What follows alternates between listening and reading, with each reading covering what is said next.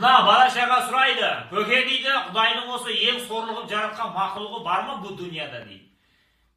Мен айтам бар деймін. Қиссасы ше дейді. Қиссасы да бар деймін. Енді мен сендерге мына Әлдиден Эпсқа дейін деген кітаптан осының қиссасын айтып берейін, мақұл ма? Қисса бұның баяны Мұса пайғамбардан басталды дейді. Мына Мұса пайғамбар не енді құдіретке, мұғжизаға, кереметке ие болғаннан кейін көңілі өсті дейді бір күні. Құдайдың мен дейді сүйген құлы бар ма екен деп ойлады дейді. Сол енді көңіліне кібірлік біткеннен кейін ол мына ұлық Аллаға жаққан жоқ дейді. Сосын ұлық Алла айтты дейді.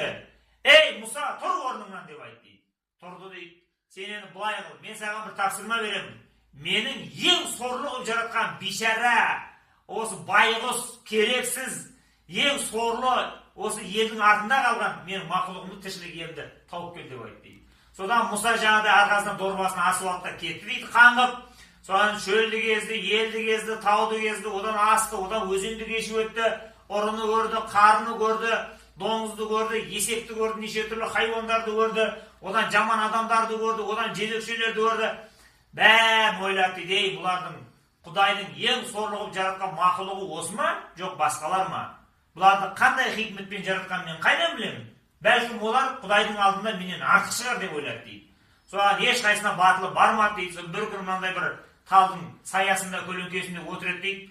Үстінің жүннің бәрі түсіп қалған, қотыр үсті басының бәрін, ауыз басын жара басып кеткен бір мынандай кәнден ит дейді. Мынандай бір өлексіз жеп жатыр екен. Содан Мұса пайғамбар ойлады дейді. Әй, дәуле осы Құдайдың ең сорлы керексіз қылып жаратқан хайуан мақұлығы, тіршілік иесі осы болу керек. Ка деп итті алдап ұстап алды да мойнына жіп байлады да кеттік деді дейді. Содан Құдайға соны алып бара жатыр дейді, мына итті көрсетемін деп. Мына сенің ең сорлы жаратқаның осы деп. Содан тұр тауының етегіне келді дейді. Содан итті ұстап тұрып Құдайға барайын деп тұрғанда ең соңғы сәтінде ой өзгерді дейді. Ей, бұл кәнден итті Құдай қандай хикметпен бұндай сорлық қойды сыртқы бейнесінің ішінде не болып не қойып жатқан мен қайдан білемін?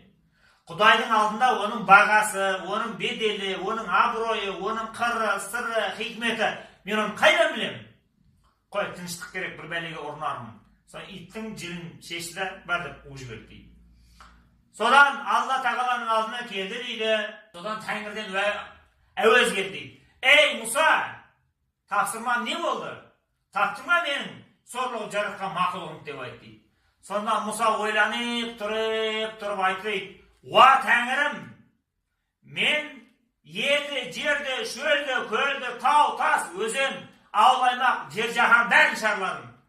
Қайда барсам да өзімнен сорлы, өзімнен өткен надан, өзімнен өткен мақау, өзімнен өткен бишара, тіршілік иесін таппадым. Сенің ең сорлық жаратқан мақұлығым мен болатын шығармын деп айтты.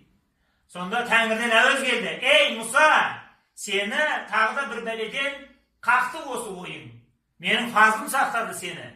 Мәгәраки, ана күшікті, итті осы жерге жетектеп алып келіп, осы бір ең сорлы деп көрсеткеніңде, пайғамбарлық дәрежеңді алар едім.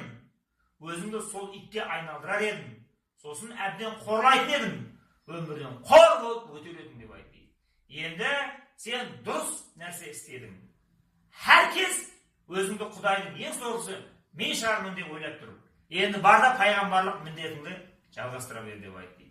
Әне көнеден жеткен әңгіме қисса сөйлейді балалар. Бұрынғылардан жеткен әңгіме осы. Бірақ енді бұл қисса аңыздың рас өтігін бір Тәңір тағала өзі біледі. Тек сендер кейін өскен кезде мына алдыңғы көкелеріміз біздерге есті бір әңгіме айтып қалдырмады деп бізге ренжімесін деп аз кем әңгіме шығарып отырмын әне.